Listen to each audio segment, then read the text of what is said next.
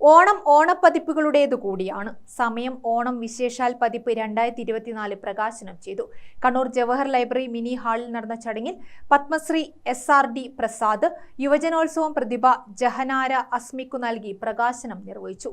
കെട്ടിലും മട്ടിലും വ്യത്യസ്തത പുലർത്തുന്ന സമയത്തിന്റെ സമീപകാല ലക്കങ്ങൾ പോലെ ഓണപ്പതിപ്പും കാലിക വിഷയങ്ങൾ ചർച്ച ചെയ്യുന്ന ഉള്ളടക്കം കൊണ്ടും ശ്രദ്ധേയമാണ്.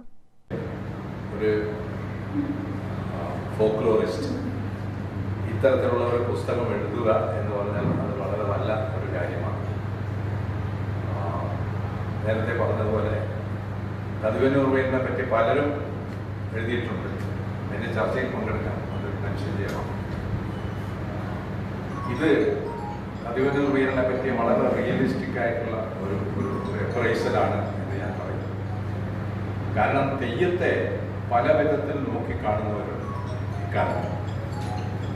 പണ്ട് വെറുതെ ഒരു ഭക്തിയുടെ മാർഗം എന്ന രീതിയിൽ മാത്രമാണ് നോക്കിക്കണ്ടതെങ്കിലും ഇപ്പോൾ അതിന് പല ആംഗിൾസിൽ നോക്കിക്കാണുന്നു.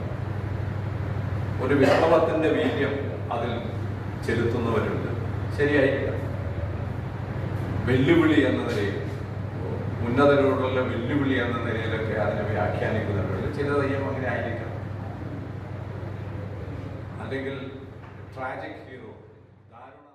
മാധവ് ഗാഡ്ഗിലിന്റെ ലേഖനം, പ്രശസ്ത ചിത്രകാരൻ മുത്തുക്കോയുമായുള്ള അഭിമുഖം, N. പ്രഭാകരൻ, P.N. ഗോപികൃഷ്ണൻ തുടങ്ങിയവരുടെ രചനകൾ തുടങ്ങിയവയൊക്കെ ഓണപ്പതിപ്പിലെ വിഭവങ്ങളാണ്. പ്രൊഫസർ മുഹമ്മദ് അഹമ്മദ് അധ്യക്ഷനായി. കീച്ചേരി രാഘവൻ രചിച്ച കതിവന്നൂർ വീരൻ വാക്കും പൊരുളും പുസ്തകത്തിന്റെ ചർച്ചയും നടന്നു. ബാലകൃഷ്ണൻ കൊയ്യാൽ, പ്രകാശ് വാടിക്കൽ, മനോഹരൻ വെങ്ങര, കലാമണ്ഡലം മഹേന്ദ്രൻ, P.V. രാമദാസ്, P.V. സുകുമാരൻ തുടങ്ങിയവർ സംസാരിച്ചു. ഗ്രാമിക ന്യൂസ്, കണ്ണൂർ.